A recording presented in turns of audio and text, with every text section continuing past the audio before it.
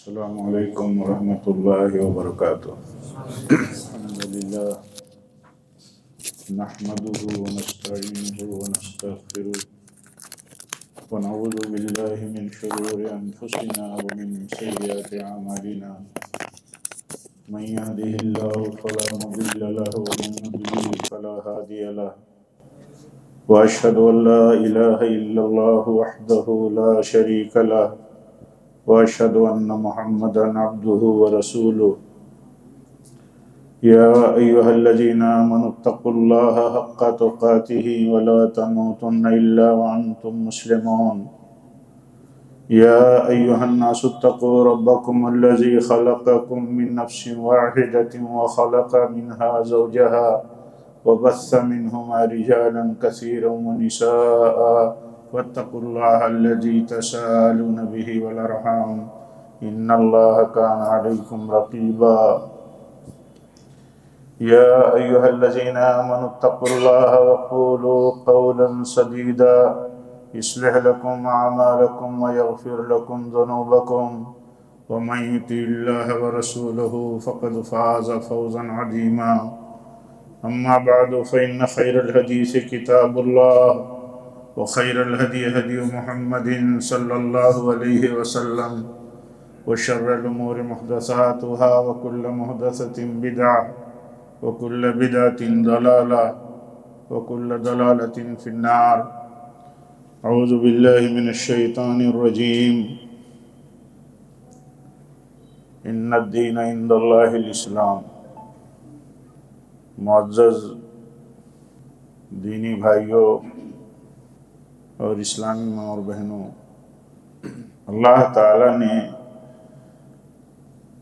ہم سب کو جو دین دیا ہے، یہ دین ایک عظیم دین ہے، فطری دین ہے۔ اس رب نے ہمیں یہ دین دیا ہے جس نے ہم سب کو، سارے انسانوں کو پیدا کیا ہے۔ ہماری ضرورتوں کو، ہمارے تقاضوں کو اس سے بہتر کوئی نہیں جانتا۔ اس نے جو دین ہمیں دیا ہے وہ دین اسلام ہے، یہ اس کا پسندیدہ دین ہے، لیکن اس نے اس دین کو ہم پر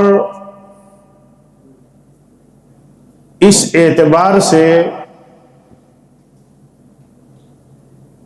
کہ وہ ہمیں پابند کر دے، اس نے ہمیں پابند نہیں کیا ہے۔ وہ اگر چاہتا تو سارے کے سارے انسان، سارے کے سارے لوگ اس کے دین کے پابند ہو جاتے۔ اس کی مشیت میں یہ چیز نہیں ہے کہ وہ سارے کے سارے لوگوں کو اپنے دین کا پابند کر دے۔ اس کی مشیت میں یہ ہے کہ لوگ اللہ کے پسندیدہ دین کے پابند ہو جائیں، اس سے توفیق حاصل کریں، اس سے توفیق مانگیں، دین کی طرف رغبت کریں، حق اور سچائی کی طرف رغبت کریں، عدل اور انصاف کی طرف رغبت کریں۔ ورنہ اللہ کے لیے یہ کہاں بعید ہے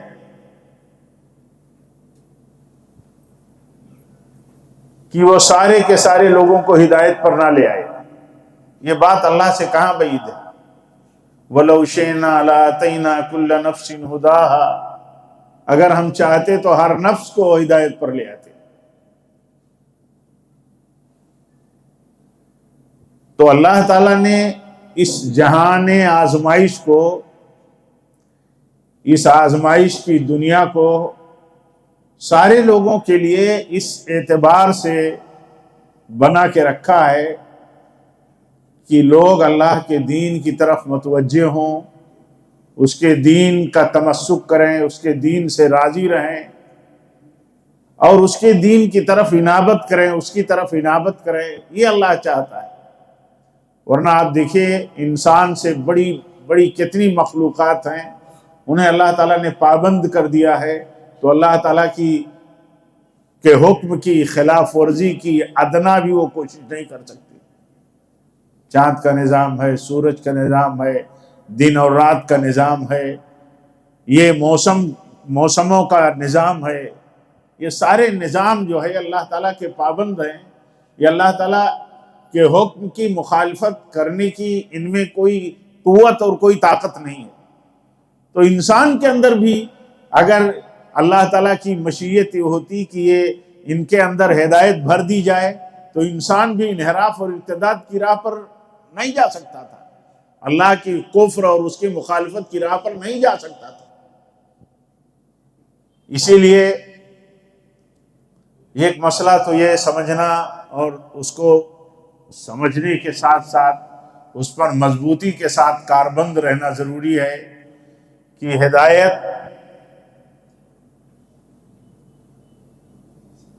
اللہ تعالیٰ کی مشیت سے ملتی ہے۔ اللہ تعالیٰ چاہتا ہے جس بندے کو اسے ہدایت دیتا ہے، جسے ہدایت کاہل نہیں سمجھتا اسے ہدایت نہیں دیتا یا اسے ہدایت سے محروم کر دیتا ہے۔ دیکھیے انحراف اور ارتداد جو ہے، ہدایت مل جانے کے بعد انحراف اور ارتداد یہ بھی اسی قبیل سے ہے کہ اگر اللہ تعالیٰ کی توفیق کے دائمی نہیں ملتی رہے گی، اللہ تعالیٰ کی توفیق مسلسل حاصل نہیں رہے گی، تو بندہ حق و ہدایت پر آنے کے بعد بھی محروم ہدایت کر دیا جائے گا، صراط مستقیم پر آنے کے بعد بھی وہ گمراہی کی راہ پر ڈال دیا جائے گا۔ اسی لیے یہ بہت ضروری ہے انحراف سے بچنے کے لیے، کسی بھی طرح کی گمراہی سے بچنے کے لیے،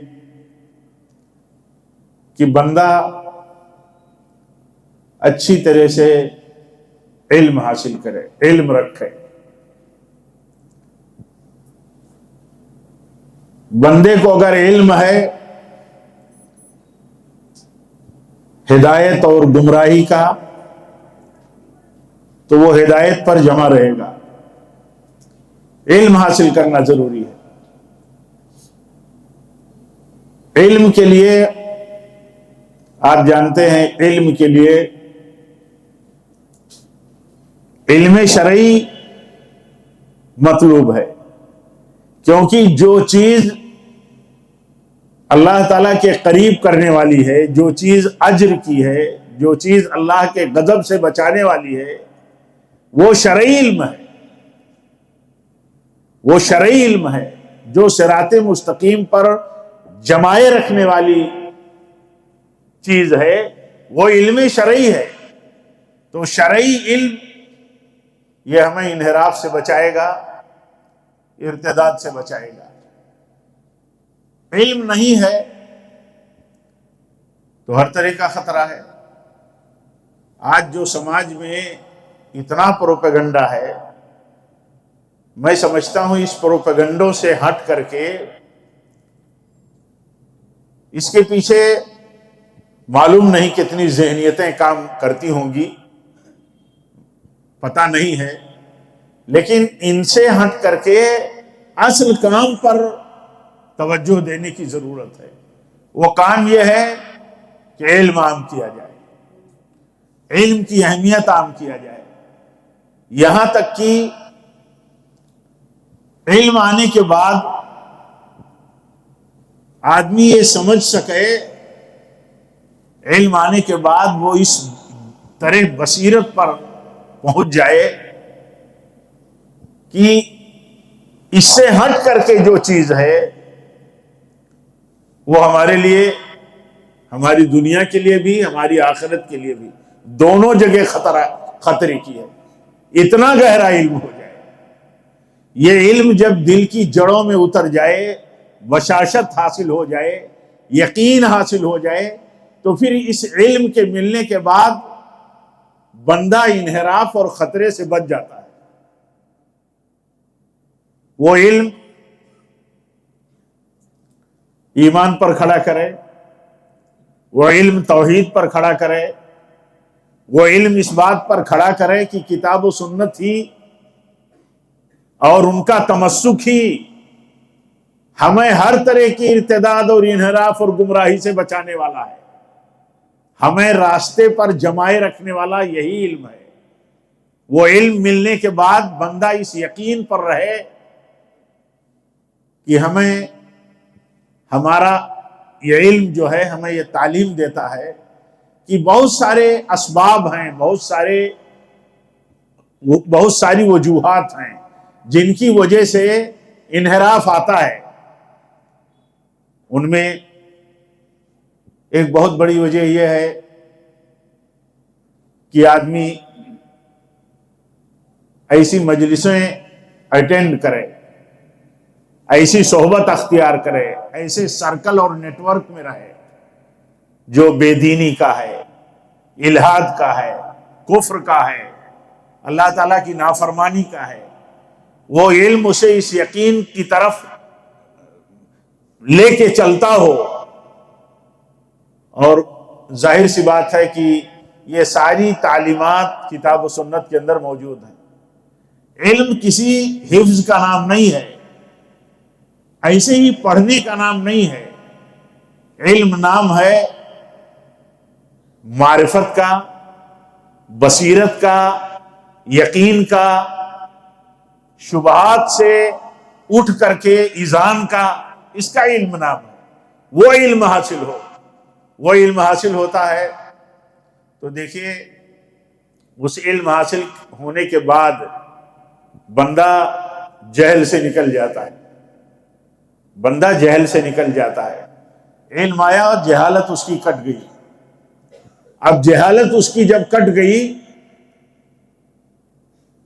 جیسے لا الہ الا اللہ کا علم اسے آیا،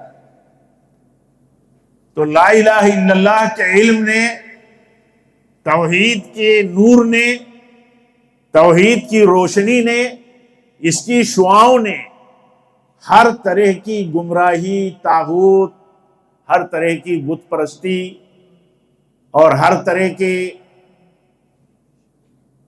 ارتداد سے یہ بچانے والا علم ہوا.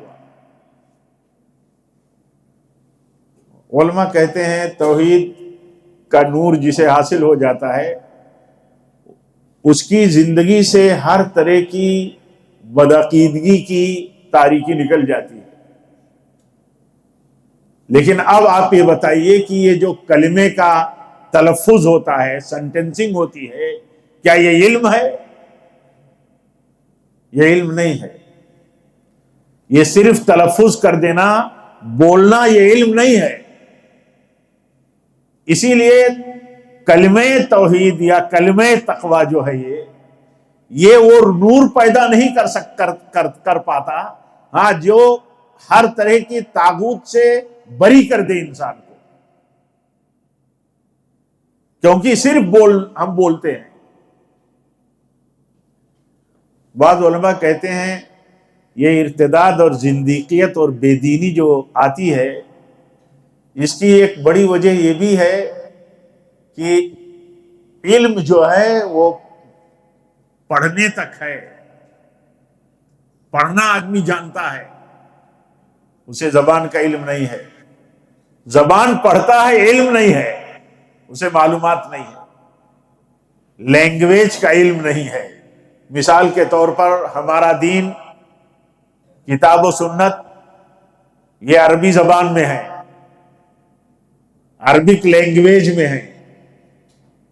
عربک لینگویج آتی نہیں ہے اور حفظ ہے بہت سارے اس کے کلمات، بہت سارے اس کے آثار اور بہت ساری تعلیمات حفظ ہیں، لیکن جانتا نہیں ہے بندہ.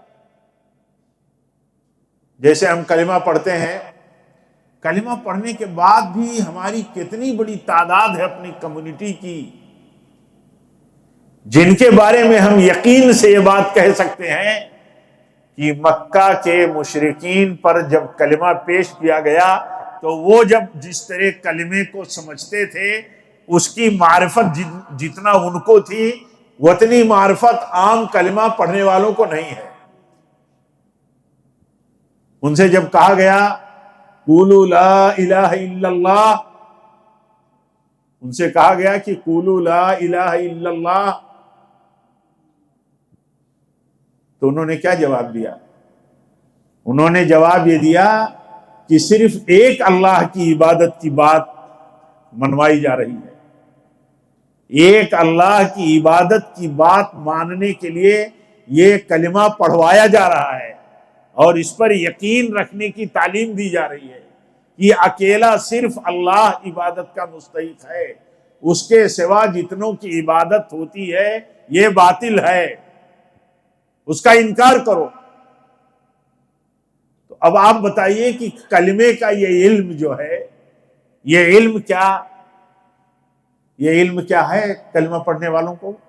اگر کلمہ پڑھنے والوں کو یہ علم ہوتا کہ اس کلمہ پڑھنے کے بعد ہم اللہ کے سوا کسی کے لیے سجدہ نہیں کر سکتے، اللہ کے گھر کے سوا کسی کے گھر کا کسی جگہ کا طواف نہیں کر سکتے، اللہ کے سوا ہم کسی سے استمداد نہیں کر سکتے، اللہ کے سوا ہم کسی کے لیے نذر نہیں کر سکتے اور کسی کے لیے قربانی نہیں کر سکتے، کسی سے فریاد نہیں کر سکتے۔ تو آپ یہ بتائیے کہ انحراف جو موجود ہے یا انحراف جو آتا ہے یا کہیں آدمی دین سے دور چلا جاتا ہے تو دین سے دور چلے جانے کی وجہ کیا ہے؟ وہ دین پر کاربند علم کے ساتھ نہیں ہے، علم کے ساتھ دین پر کاربند نہیں ہے، دین پر کاربند ہے تو اس کی توحید پختہ نہیں ہے۔ کیسی توحید؟ جو شرک سے پاک ہو، ارتداد سے بچاتی ہے توحید۔ کون سی توحید ارتداد سے بچاتی ہے؟ خالص توحید، خالص توحید بچاتی ہے۔ الذین آمنوا ولم یلبسوا ایمانہم بظلم اولئک لہم الامن وہم مہتدون۔ اللہ تعالیٰ فرماتا ہے ہدایت پر وہی لوگ جمع ہیں، وہی لوگ ہدایت پر جمع رہیں گے۔ کون لوگ جمع رہیں گے ہدایت پر؟ جن کا ایمان شرک کی ملاوٹ سے پاک ہوگا، خالص ہوگا۔ اب آپ بتائیے کلمہ پڑھنے والوں کی کتنی بڑی تعداد ہے جو کتاب و سنت کی گواہیوں کی بنیادوں پر کلمے کے اقرار کے باوجود ان کا کلمہ، ان کی توحید شرک کی آلائشوں سے پاک نہیں ہے۔ تو جب شرک کی آلائشوں سے پاک نہیں ہے تو ہدایت پر جمع کیسے رہیں گے؟ یہ پروپیگنڈا کی چیز نہیں ہے، یہ اصل میں کام کرنے کا مطلب ایک محاذ ہے جو ہر وقت کا ہے اور ہر وقت مطلب کام ہوتا رہا۔ بہت ساری مشینریاں ہمارے مطلب حوصلوں کو، ہماری کوششوں کو، ہماری اندرونی قوتوں کو پروپیگنڈوں سے کمزور کر دینا چاہتی ہیں۔ ایسا آپ دیکھیے ہماری قوت کو کمزوریاں بھی بتاتی ہیں۔ بہت سارے سروے آپ کے پاس آتے رہتے ہیں، بتایا جاتا ہے خوفناک صورتحال ہے ارتداد کی۔ نعوذ باللہ، ایسا نہیں ہے، ایسا نہیں ہے۔ وہ خوفناک صورتحال بتا کر کے ایک طرح سے پوری قوم اور پوری کمیونٹی کو نروس کر دیا کر دیے جانے کی کوشش ہوتی ہے. ایسی صورتحال پر بہت زیادہ مطلب ریئیکشن دینے کی ضرورت نہیں ہے، کام کی ضرورت ہے.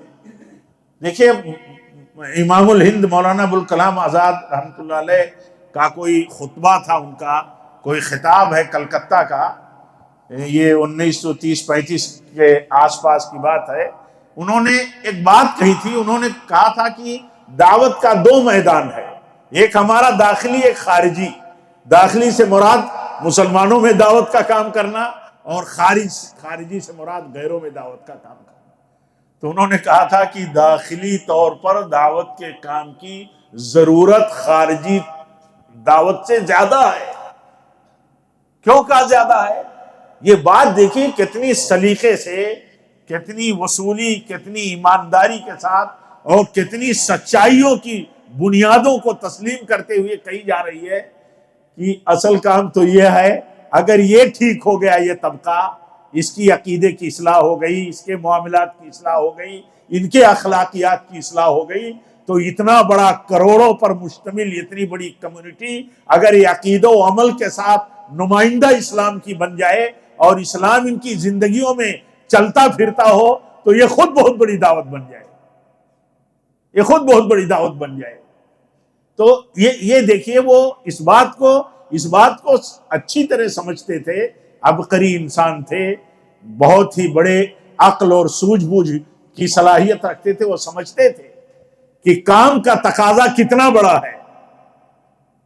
کام کا تقاضا یہ اتنا بڑا ہے کہ ہم یہاں پروپیگنڈوں کی دنیا میں فیل ہو گئے اور بھاگنے لگے. کام کے کسی کام کے تقاضے کا انکار نہیں کیا جاتا ہے، لیکن کام کی اہمیت اور ترجیحات دیکھی جاتی ہیں. ترجیحات میں سے آج یہ پروپیگنڈا کتنا مطلب سر پر چڑھتا جا رہا ہے کہ مسلمانوں میں ارتداد عام ہے، لڑکیوں میں ارتداد عام ہے، اور لوگ پورے طور پر اب متوجہ اس بات کی طرف ہو رہے ہیں کہ ان میں کام کرنے کی ضرورت زیادہ ہے. اور یہی بات ہمارے علماء کہتے رہے ہیں کہ اصل چیز تو یہ ہے کہ ہم راس المال اور کیپٹل کی حفاظت کریں. یہ اصل ہے. یہاں علم کی کمی ہے، یہاں عقیدہ فاسد ہے عام طور پر، یہاں توحید ناقص ہے عام طور پر، یہاں ایمان شرکیات سے آلودہ ہے عام طور پر. تو آپ بتائیے کہ یہ کتنا بڑا تقاضا ہے. اور اپنے آپ کو بچانے کے لیے اس کی کتنی اہمیت ہے. انحراف 2 طرح کا ہے. ایک انحراف یہ ہوتا ہے کہ آدمی دین ہی سے منحرف ہو جائے، جس کو ارتداد آپ کہہ دیں، اور ایک انحراف یہ ہوتا ہے کہ آدمی دین کے کچھ حصوں سے منحرف ہو جائے، بدعتوں میں پڑ جائے، اس سے کافر نہیں ہوتا، معصیات اور گناہوں میں مبتلا ہو جائے. یعنی اطاعت اور پیروی کے راستے سے آدمی بہک جائے، ہٹ جائے. تو آپ دیکھیے علم ہی بچاتا ہے. جیسے کلمہ کا علم جب گہرا ہوتا ہے، یعنی لا الہ الا اللہ کا علم، ایمان اور توحید بندے کی مضبوط ہوتی ہے، تو اس پر جو اثرات آتے ہیں وہ مؤثر نہیں ہوتے، یعنی کامیاب نہیں ہوتے. ایسے ہی انحراف جب آتا ہے، سنت کی جگہ پہ بدعت آ جاتی ہے، اطاعت کی جگہ پر معصیت آ جاتی ہے، تو یہاں یہ جو انحراف ہے، اس طرح کے انحرافات علم اور تعلیم سے یہ دور ہوتے رہتے ہیں. وہاں بھی دیکھیے جہالت ہی کا اثر ہوتا ہے. ایک آدمی سنت کے بجائے بدعت کی پیروی کرنے لگتا ہے، اس کی بھی وجہ جہالت ہے، اس کی بھی وجہ جہالت ہے. اس کا بھی علاج ہے سنت کی تعلیم، بدعتوں سے آگاہی. آخر دیکھیے وہ واقعہ جو امام دارمی نے نقل کیا ہے کہ کچھ لوگ کوفہ کی ایک مسجد میں حلقہ بنا کر کے سبحان اللہ الحمدللہ اللہ اکبر کنکریوں پر پڑھتے تھے، تو انہیں تعلیم دی گئی کہ کیا یہ تمہارا طریقہ نبی صلی اللہ علیہ وسلم کے طریقے سے زیادہ بہتر ہے؟ یہ انحراف ہے، سنت سے انحراف تھا تو سنت سے انحراف کی نشاندہی کی گئی۔ تو علم ذریعہ ہے، ہر طرح کے ارتداد اور انحراف سے بچنے کا ذریعہ علم ہے، ایمان ہے۔ ایمان بندے کا مضبوط ہے تو وہ منحرف نہیں ہوگا، اس کا ایمان ہے کہ اللہ کا جو دین ہے دین اسلام، یہ اللہ کا پسندیدہ دین ہے، ہمارے لیے فطری دین ہے، ہمارے لیے دنیا اور آخرت کی کامیابی کا دین ہے، فلاح کا دین ہے، اور پھر توحید پر کاربند ہے۔ تو توحید پر کاربند رہنے کی وجہ سے وہ ہر طرح کے طاغوت سے اپنے آپ کو بچا لیتا ہے، بچا لے گا۔ یہی توحید کا اور توحید کی معرفت کا یہی کمال ہے۔ پھر اس کے لیے، اس کی حفاظت کے لیے ساری قربانی اس کو آسان ہو جائے گی۔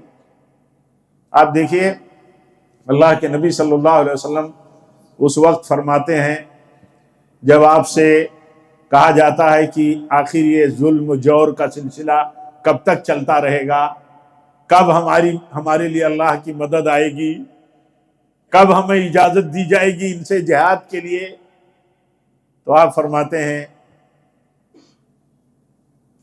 تم لوگ جلد باز ہو، جلد بازی مت کرو۔ اور آپ حوالہ دیتے ہیں پہلے توحید پرستوں کا، پہلے مخلصین کا، کہ وہ کتنے اخلاص پر تھے توحید میں اپنی، کہ ان میں ایک شخص کو زمین کھود کر کے اس میں کھڑا کر دیا جاتا تھا، لوہے کے آری سے اس کو چیر دیا جاتا تھا، اس کے گوشت میں لوہے کی کنگھیاں گھسا دی جاتی تھی، دھسا دی جاتی تھی، گوشت نوچ لیے جاتے تھے، لیکن وہ اللہ تعالیٰ کی توحید سے ذرا برابر بھی ہلتے نہیں تھے۔ انہیں اتنا سب کچھ اللہ تعالیٰ کے دین سے برگشتہ نہیں کر سکتا تھا۔ آپ بتائیے دین سے برگشتگی سے بچنے کا کیا راستہ ہے اس کے سوا؟ اس کے سوا کوئی راستہ نہیں ہے۔ علم گہرا ہو، ایمان شرک سے پاک ہو، ایمان شرک سے جب پاک ہوگا، توحید پختہ ہوگی، تو یہ تو ذریعے ہیں خود بندے کے لیے اللہ تعالیٰ کے دین پر کاربند رہنے کے ذریعے ہیں، انہی کو استعمال کیا جائے گا۔ اسی لیے یہ پروپیگنڈا صحیح دعوتی منہج پر کام کرنے والوں کے لیے بہت تکلیف دہ ہے، جو نادانوں کی یا کم علموں کی طرف سے یا لاشعوری طور پر مطلب یہ جو بات پھیلائی جاتی ہے، اس کی بنیاد پر یہ بہت تکلیف دہ بنتا ہے کہ اصل جو کام ہے، اصل کام جو توحید کا ہے، یہی کام لوگ کب تک کرتے رہیں گے؟ یہ کام ہر وقت کا ہے، ہر گھڑی کا ہے، شب و روز کا ہے، ہر آن پل کا ہے۔ کبھی بھی بندہ اس سے اگر ذرا بھی ادھر ادھر ہوا تو راستے سے بھٹک جائے گا۔ آپ دیکھیے ایک مثال ہے، اللہ کے نبی کی وفات ہو گئی، اللہ کے نبی کی وفات ہو گئی، اللہ کے نبی کی وفات کے مسئلے کو علم اور وصول سے جاننے کی تلقین کی گئی اور ڈرایا گیا کیا آپ کی وفات ہو جائے تو تم پلٹ جاؤ گے اپنی ایڑیوں کے بعد، پرانے راستے پر چلے جاؤ گے؟ وما محمد الا رسول قد خلت من قبلہ الرسل افإن مات او قتل انقلبتم علی اعقابکم۔ تو یہ تعلیم دی گئی۔ یہ علم مل جانے کے بعد کبھی کبھی ایسا ہوتا ہے کہ آدمی کو کہیں ذہول ہو گیا، کہیں بھول گیا، کہیں اس کو یاد دہانی کی ضرورت ہے، کہیں بہت ساری بنیادی چیزیں بر وقت اس کے ذہن میں نہیں ہیں. آپ بتائیے، بہت موٹی بات ہے.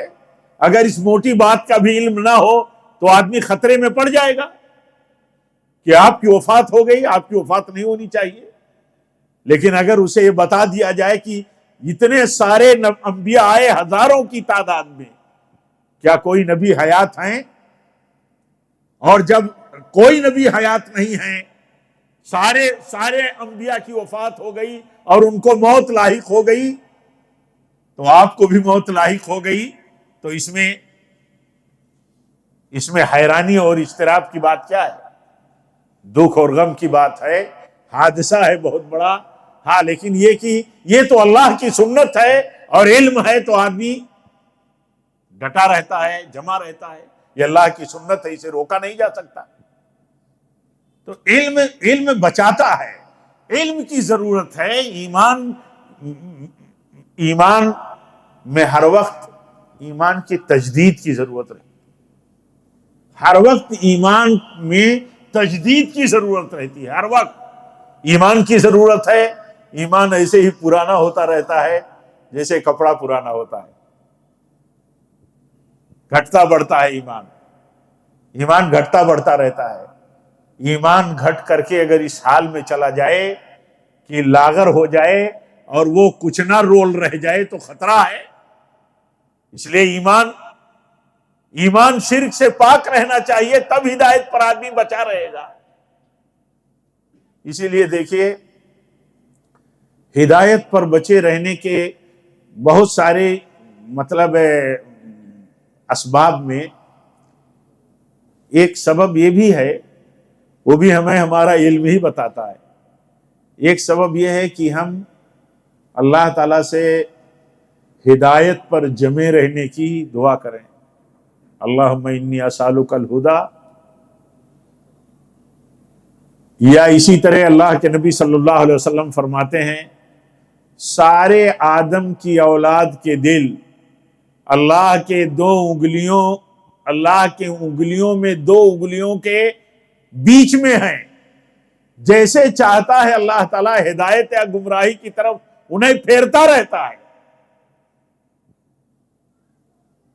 اس وقت آپ یہ بیان کرنے کے بعد فرماتے ہیں، یا مصرف القلوب صرف قلبی علی طاعتک، یا مقلب القلوب ثبت قلبی علی دینک. تو یہ علم ہی ہمیں بتاتا ہے کہ ایک بندے مومن، ایک خاتون، ایک مرد اور ایک عورت، مومن ہو مومنہ ہو، ان کو دین پر جمے رہنے کے لیے، ہر طرح کے انحراف اور بے دینی سے بچنے کے لیے اللہ تعالیٰ سے مسلسل دعا کرتے رہنا ہے. آپ بتائیے، یہ اس سے بڑی کوئی دعا ہے؟ صراط مستقیم مانگنے سے بڑا کوئی سوال نہیں ہے، کوئی طلب نہیں ہے. اور صراط مستقیم بندہ مانگتا ہے، اور نجات کس سے مانگتا ہے؟ یہودیت سے اور اسی طرح نصرانیت سے. یہودیت اور نصرانیت سے نجات مانگتا ہے اور توفیق مانگتا ہے صراط مستقیم کی اور صراط مستقیم پر جمے رہنے کی. اس کا معنی یہ ہے کہ رات دن حالات میں اس کے شیاطین کے اس طرح چنگل ہیں، اس طرح شکنجے ہیں، اتنی چالیں اور مکر ہیں کہ کبھی بھی وہ چاہتا ہے رات دن تدبیریں کرتا ہے. ہمارے بعض علماء کہتے ہیں 99 راستے کھولتا ہے، 99 خیر کے راستے، خیر کے 99 دروازوں کو لے کر کے آتا ہے، اور ایک شر میں مبتلا کرنے کی اس کی خواہش ہوتی ہے. آپ سوچئے، اتنے راستوں کو وہ اچھے اور بھلے صورت میں لے کر کے آتا ہے کہ آدمی مائل ہو جائے.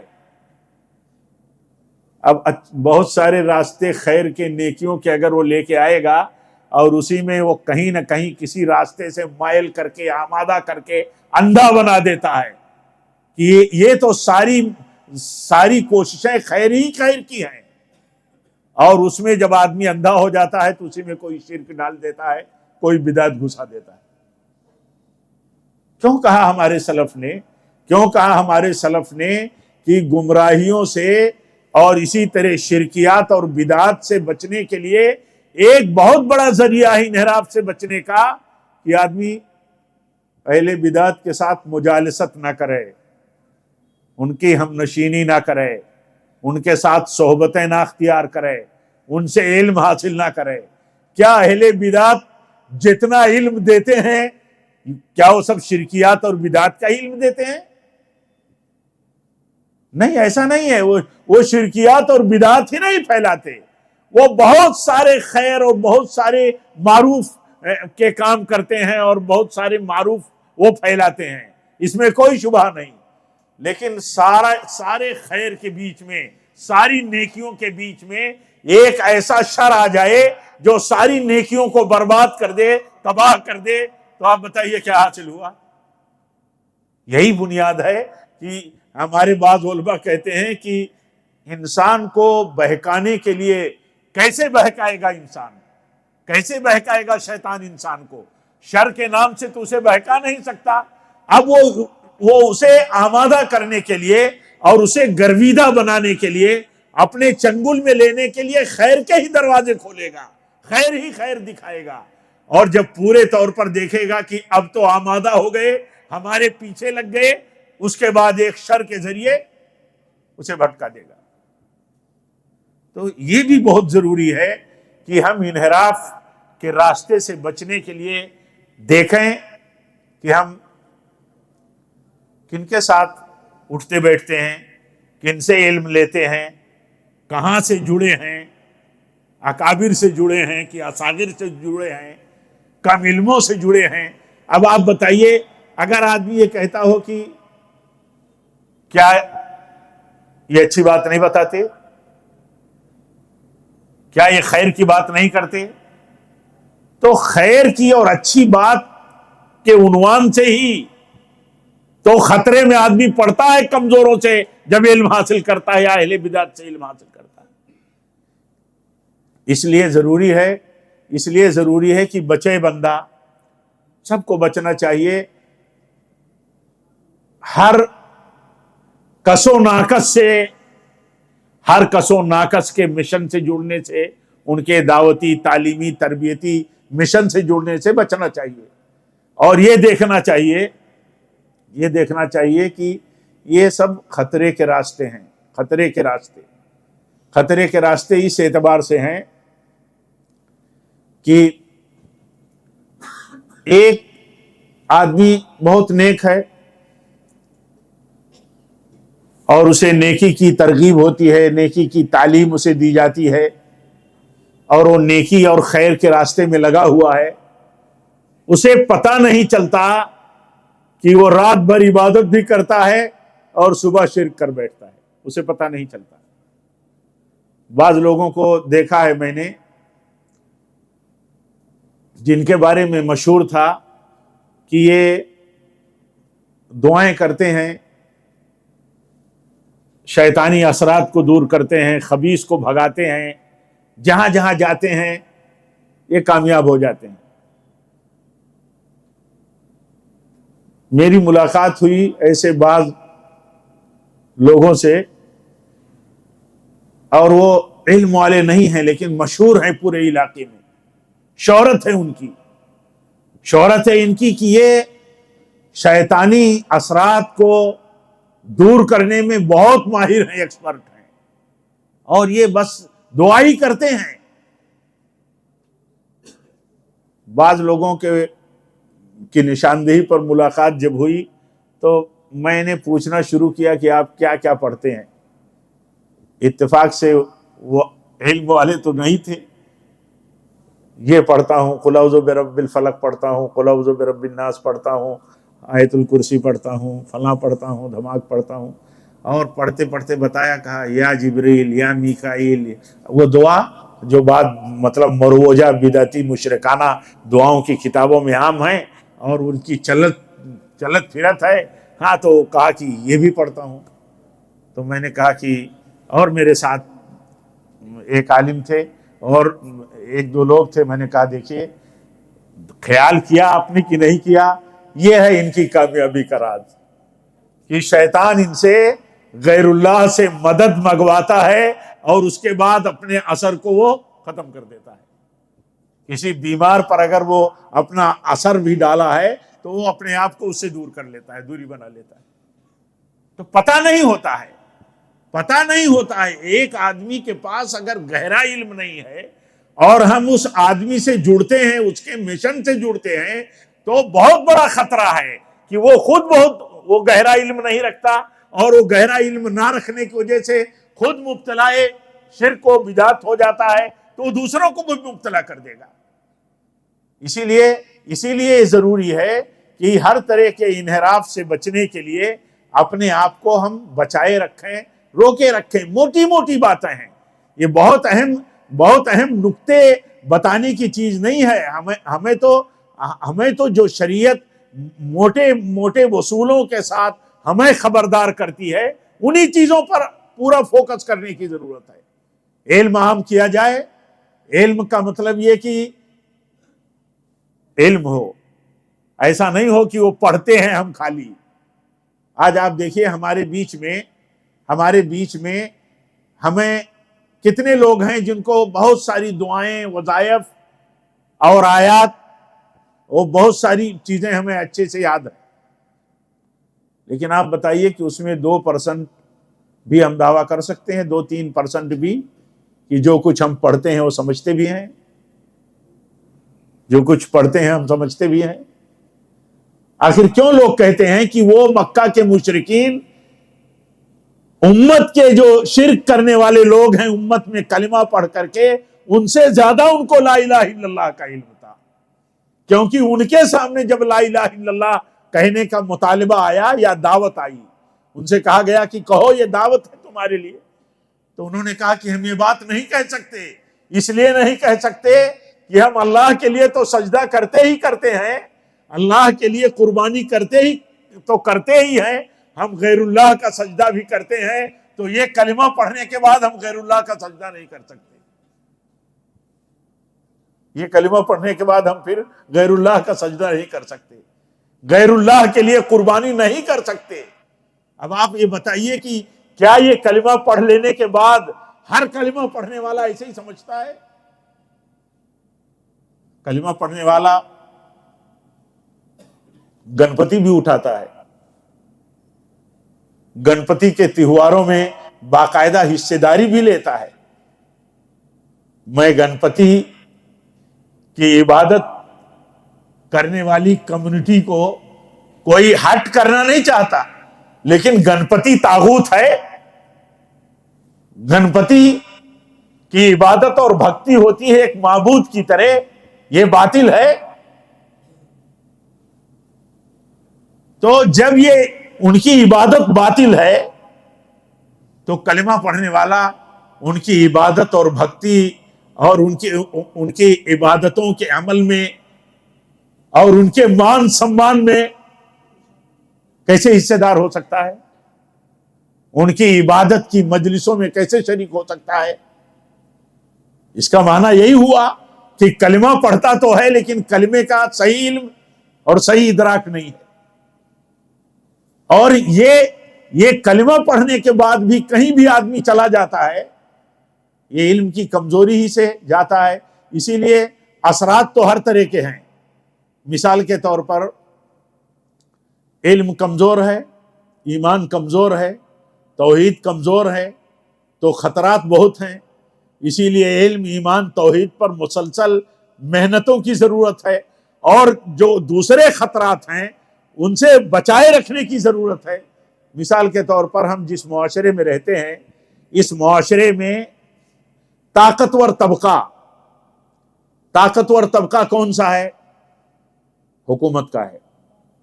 سب سے پاورفل طبقہ کون سا ہے؟ حکومت کا ہے۔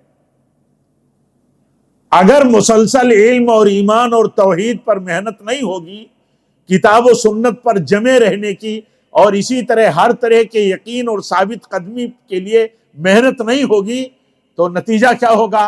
نتیجہ یہ ہوگا کہ لوگ اپنے بادشاہوں اور اپنی حکومتوں کے مذہب اور کلچر پر چلے جائیں گے۔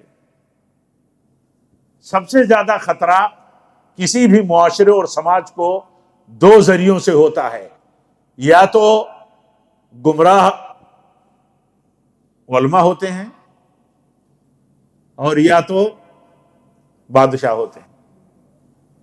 یہی خطرہ ہے سب سے بڑا، سب سے بڑا خطرہ یہ ہے۔ ان کے پاس پاور ہے، وہ اپنے کلچر اور تہذیب کو ہر طرح سے حاوی کر دینا چاہتے ہیں، کام ہے ان کا، وہ کریں گے۔ قرآن کہتا ہے بہت ساری جگہوں پر اس کی قرآن نے تفصیل بیان کی ہے کہ یہ اپنا کام کرتے رہیں گے، اپنے اثرات، اپنے پاور، اپنی دولت خرچ کرتے رہیں گے۔ تو کون سی چیز ہے جو مائل ہونے سے لوگوں کو بچائے گی؟ کون سی چیز ہے؟ کوئی اور چیز نہیں ہے، ایمان اور یقین ہی بچائے گا۔ یہ دنیا کی زینتیں اور دنیا کے سمجھ لیجئے کر و فر اور دنیا کی لالچیں اور دنیا سے جو رغبتیں پیدا ہوتی ہیں، اور رغبتوں کی وجہ سے، خواہشات کی وجہ سے دین چھوڑ کر کے اگر کہیں لوگ جاتے ہیں تو کیا وجہ ہے؟ یہی وجہ ہے کہ متاثر ہو جاتے ہیں۔ ان کے اثرات مطلب اتنے گہرے ہیں ان کے پاور اور سورسز کی وجہ سے کہ آپ دیکھیے جو بھی کاری کرم ہوتے ہیں، جو بھی تحریکیں ہیں یا جو بھی عمل ہے، کتنے بڑے پیمانے پر ہوتا ہے؟ بہت بڑے پیمانے پر ہوتا ہے۔ ہم چھوٹے پیمانے پر کوشش اپنی مطلب استطاعت بھر بھی اگر نہیں کر پائیں گے تو نتیجہ کیا ہوگا؟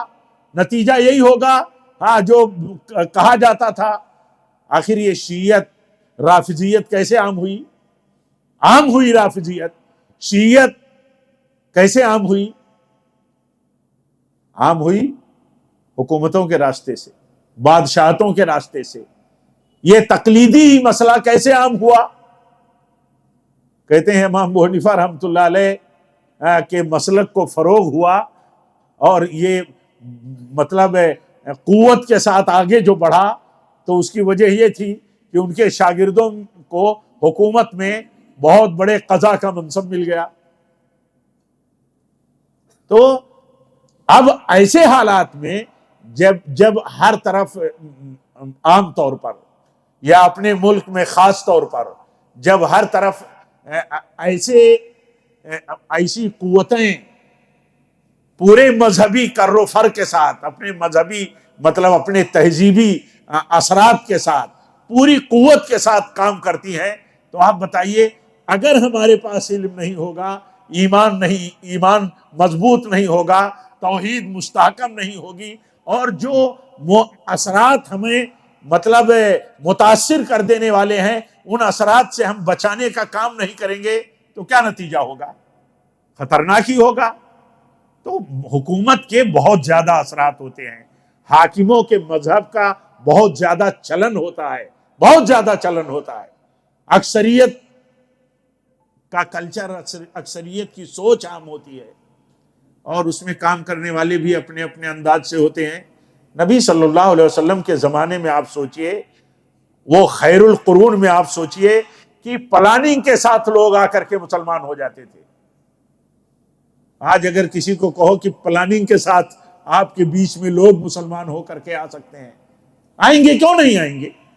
اس دور میں لوگ آتے تھے، کوئی بن کر کے مسلمان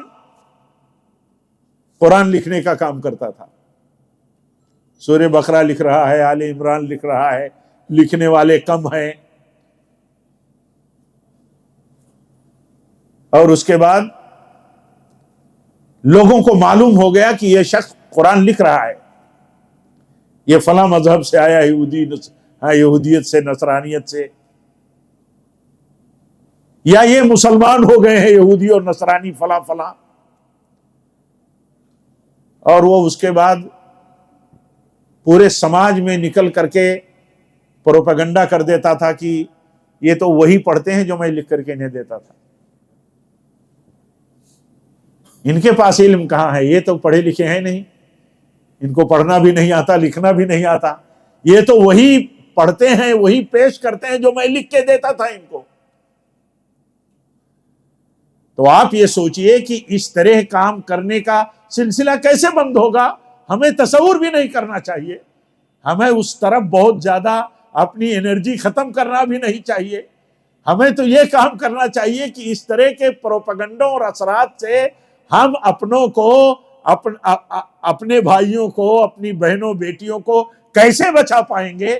ہم بچا پائیں گے اسی وقت جب ان سارے اسباب کی موجودگی میں ان سے بچنے کے جو طریقے ان پر کام کرتے رہیں گے.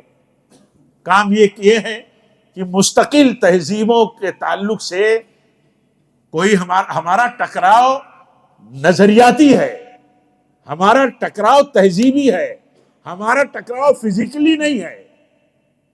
ہم کسی نظریے کو مانتے ہیں، کسی نظریے کو نہیں مانتے. یہ رائٹ ہمیں ہمارا کانسٹیٹیوشن بھی دیتا ہے. ہمیں یہ حق جو ہے ہمارا دستور دیتا ہے، ہمارا سمویدھان جس کو ہندی میں کہتے ہیں یہ دیتا ہے ہمیں کہ ہم کسی بات کو مانیں اور کسی بات کا انکار کریں کہ ہم نہیں مانتے. ہم اس کی توہین نہیں کرتے، نہ کر سکتے ہیں، نہ ہمارا اسلام اجازت دیتا ہے. لیکن ہم یہ کہیں گے کہ ہم لا الہ الا اللہ کہتے ہیں تو اس کا معنی یہ ہے کہ اللہ کے سوا جتنوں کی بھکتی ہوتی ہے، ایک کے سوا کروڑوں تک معبودوں کی، ہم کسی کی بھکتی کو صحیح نہیں سمجھتے، باطل سمجھتے ہیں. یہ علم اور یہ یقین بیٹھانے کے لیے یہ ضروری ہے کہ اس پر کام مسلسل ہوتا رہے. اور یہی سب سے کٹھن موڑ ہے جس پر کام نہیں ہوتا. یہی کٹھن موڑ ہے. جیسے یہ کٹھن موڑ ہے کہ ہم نامزد بات نہیں کر سکتے تو ہم دائرے میں رہ کر کے جتنا حد تک بات کر سکتے ہیں کریں. جیسے ہم دعوت کا کام کریں گے، اگر شرکیات سے لوگوں کو آگاہ نہیں کریں گے، کلمے کا کھلا تعارف نہیں کرائیں گے، سنتوں کی وضاحتوں کے ساتھ بدعات کا تعارف نہیں کرائیں گے تو کیسے لوگ بچ پائیں گے؟ نہیں بچ پائیں گے. تو بات یہ چل رہی تھی کہ انحراف یا ارتداد میں ایک بہت بڑا رول جو ہوتا ہے وہ طاقتور طبقے کا، حکومتوں کا، بادشاہتوں کا ہوتا ہے. بادشاہ کے مذہب پر لوگ فدا ہوتے ہیں، لالچ ان کو آتی ہے، دنیا ان کے اوپر غالب ہوتی ہے. اب قرآن کا موضوع دیکھیے، ایک مستقل موضوع ہے قرآن کا کہ دنیا داروں کو کہ دنیا کے طاقتوں کے، دنیا میں حکومتوں کے جو باطل دین پر ہیں، ان سے اللہ تعالیٰ اپنے ایمان والے بندوں کو کہتا ہے کہ تم ان کے جلوے میں مت آ جانا، تم دھوکے میں مت پڑ جانا. تم دھوکے میں تھوڑا سا پڑے تو تم کو یہ تمہارے دین کو یہ اچک لے جائیں گے. ہمارے لیے ایک اور بہت بڑا مسئلہ ہے. ہمارے لیے ایک اور بہت بڑا مسئلہ یہ ہے کہ ہم جہاں رہتے ہیں ہمارے ملک میں مستقل نظام تعلیم ہے،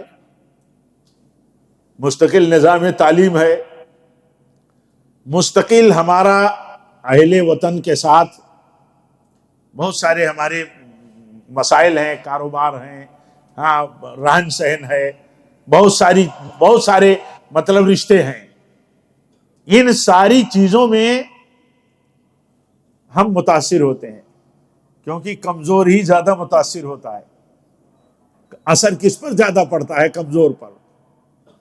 کمزور ہی زیادہ متاثر ہوتا ہے.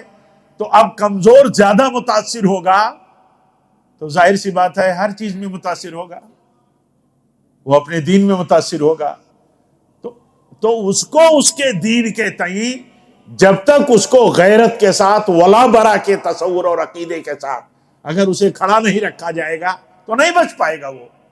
ہم کسی غیر مسلم کے ساتھ تجارت کر سکتے ہیں، کسی غیر مسلم کے ساتھ سیاست کر سکتے ہیں، کسی غیر مسلم کے ساتھ کوئی ایجوکیشن سیٹ اپ مطلب سسٹم سیٹ اپ کر سکتے ہیں، ڈیولپ کر سکتے ہیں. بہت ساری چیزیں ہم اپنے ملک اور اپنے سماج کے حساب سے ان کے ساتھ مل کر کے کام کر سکتے ہیں.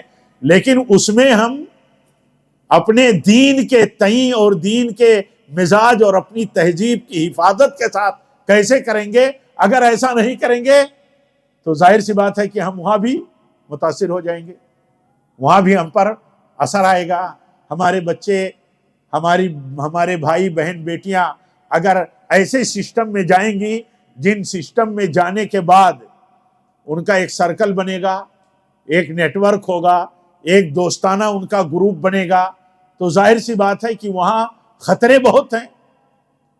اسی لیے آپ دیکھیں گے کہ یورپ کے اور اپنے ہی ملک میں دنیا کی بات کرنے کی کیا ضرورت ہے؟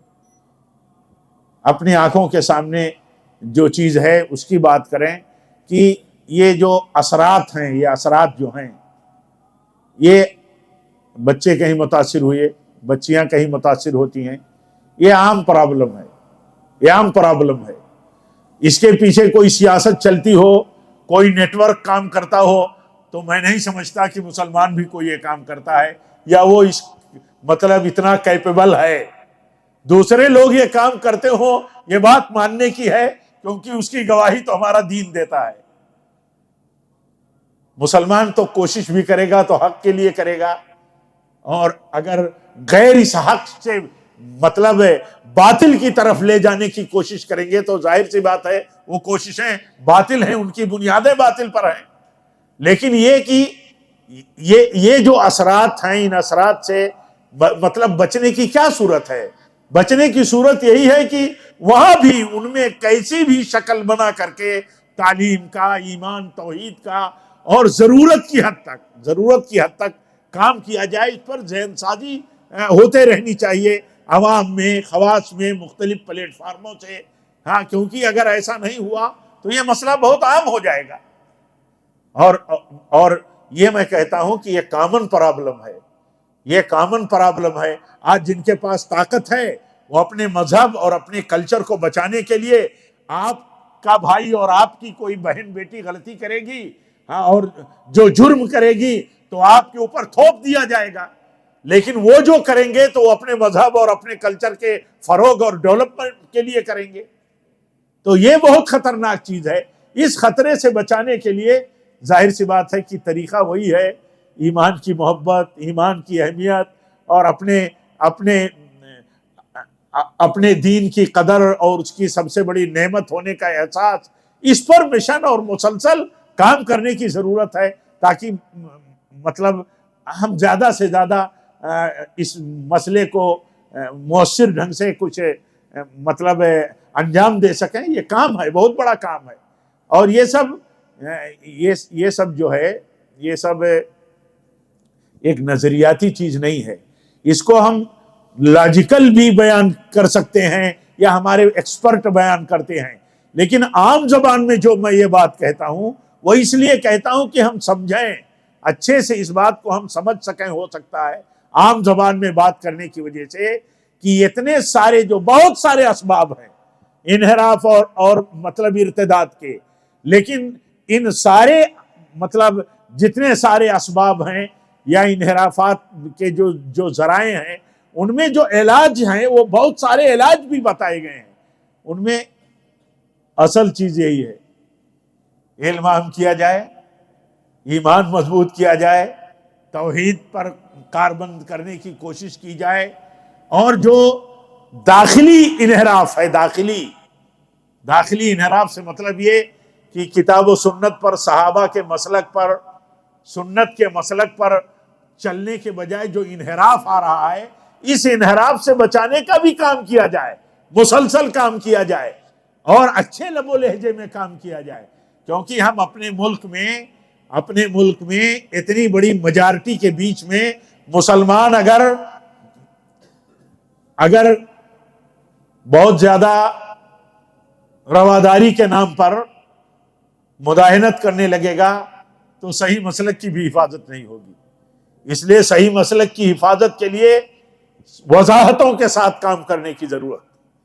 جیسے ہم کسی ادر کمیونٹی کے کسی مطلب فرد کو، گروپ کو، ان کے کسی معبود کو ہم انسلٹ نہیں کر سکتے، ان کی ہٹ نہیں کر سکتے. ان کو ایسے اور زیادہ لحاظ رکھنے کی ضرورت ہے کہ ہم اپنے مسلمان بھائیوں میں بہت سارے جو سیکٹ ہیں ان کے بڑے بڑے لوگ ہیں، ہاں ان کی بھی کسی طرح دل آزاری نہ ہو، بچیں ہم، دل آزاری محسوس کریں، اس کا کوئی علاج نہیں ہے۔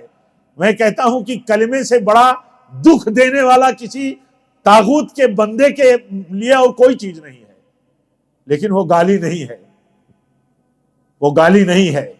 لا الہ الا اللہ یہ گالی نہیں ہے، اس کی گواہی دینا یہ گالی نہیں ہے کہ ایک اللہ کے معبود برحق کی ہم گواہی دیتے ہیں کہ وہ اکیلا معبود برحق ہے اور اس کے سوا جتنوں کی عبادت ہوتی ہے وہ غلط اور باطل ہے، یہ گالی نہیں ہے، یہ اظہار سچائی ہے۔ ایسے ہی اظہار سچائی داخلی طور پر ہوتے رہنی چاہیے۔ جب بھی سنت کے مقابل میں بدعت کی وکالت ہو، جب بھی سنت کے خلاف بدعتوں کو فروغ دیا جاتا ہو، تقلید شخصی کے نام پر، مسلک سنت کے خلاف مسلکوں کے نام پر، وہاں بھی ضروری ہے کہ برابر لوگوں کو انحراف سے بچائے رکھنے کے لیے یا انحراف سے مبتلا لوگوں کو خبردار کرتے رہیں، یہ بہت ضروری ہے۔ اور اگر ایسا نہیں کیا جاتا رہے گا تو ذمہ داری ادا نہیں ہوگی۔ اللہ تعالیٰ بہت ساری چیزیں ہیں اور آپ لوگ اس پر میں سمجھتا ہوں بہت دلچسپی سے کچھ لوگ کام کرتے ہیں، تو میرا جو موقف ہے، میں جو سمجھ پا رہا ہوں، کام کرنے کی ضرورت ہے، بہت زیادہ پروپیگنڈے کی ضرورت نہیں ہے، کام کرتے رہنے کی ہر وقت ضرورت رہی ہے، آج زیادہ ضرورت ہے۔ اللہ تعالیٰ ہم سب کو توفیق دے۔ رب العالمین ملک میں مسلمانوں کے جو مسائل ہیں، وہ مسائل میں سب سے بڑا مسئلہ دینی جہالت کا ہے۔ کبھی دینی جہالت پر لوگ بات نہیں کرتے، ہمیشہ دنیاوی تعلیم و ترقی کی بات ہوتی ہے۔ اس سے زیادہ خطرہ اگر 4% یو پی ایس سی میں مسلمان بچے ہمارے سلیکٹ ہوتے ہیں، یعنی ٹاپ پوزیشن پر جا کر کے وہ منتخب ہوتے ہیں، تو کیا آپ یہ کہہ سکتے ہیں کہ اتنے % ہمارے بچے دینیات میں بھی ایکسپرٹ ہیں؟ نہیں کہہ سکتے۔ تو یہ بہت بڑا خطرہ ہے، اس لیے اس پر کام کرنے کی بہت زیادہ ضرورت ہے۔ اور اس کے لیے کتنا اہتمام ہے۔ آج صورتحال تو یہ ہے کہ ان مدرسوں میں بچے داخلہ لینے نہیں جاتے جن مدرسوں کے بارے میں عام طور پر یہ معلوم ہو کہ علی گڑھ یونیورسٹی سے ان کا الحاق نہیں ہے، جے این یو سے نہیں ہے، جامعہ ملیہ سے نہیں ہے، ہاں دلی یونیورسٹی سے نہیں ہے، لکھنؤ یونیورسٹی سے نہیں ہے، ہاں اوپن یونیورسٹی سے نہیں ہے۔ پہلے دیکھتے ہیں، اس سے اندازہ ہوتا ہے کہ وہاں بھی پڑھنے جانے کے پیچھے ایک بہت بڑی تعداد جو طلبہ کی ہے، وہ بھی دنیاوی تعلیم کے لیے آگے بڑھ جانا چاہتی ہے۔ تو اسی لیے اتنے سارے خطرے ہیں، اور ان خطروں کا علاج جو ہے مطلب ملک کے دوسرے آرگنائزیشن اور سسٹم کے خلاف پروپیگنڈا نہیں ہے، یا اپنے بیچ میں نروس کر دینے والا پروپیگنڈا، یہ صحیح نہیں ہے۔ صورتحال کا صحیح جائزہ لینا اور صحیح صورتحال کے جائزے کے ساتھ کام کرتے رہنا، یہ ذمہ داری ہے۔ اللہ تعالیٰ ہم سب کو توفیق دے۔ آپ ذمہ داران جو اس طرح کے موضوعات پر کام کرتے ہیں، اس پر تھوڑی سی نظر ثانی کے ساتھ کام کریں، اللہ تعالیٰ اس کی توفیق دے۔ رب العالمین اس مجلس میں جو ہم سب جمع ہوئے ہیں، ساری کوشش کرنے والے ذمہ داروں کے ساتھ، معاونین کے ساتھ، تمام حضرات و خواتین کو اللہ تعالیٰ ہم سب کو اس مجلس کی جو سعادت اور برکت اللہ کے نبی نے بیان کی ہے، اللہ تعالیٰ ہم سب کو اس کا مستحق بننے کی توفیق دے۔ رب العالمین ہمارے لیے اس مجلس کو باعث مغفرت بنائے۔ وآخر دعوانا الحمدللہ رب العالمین۔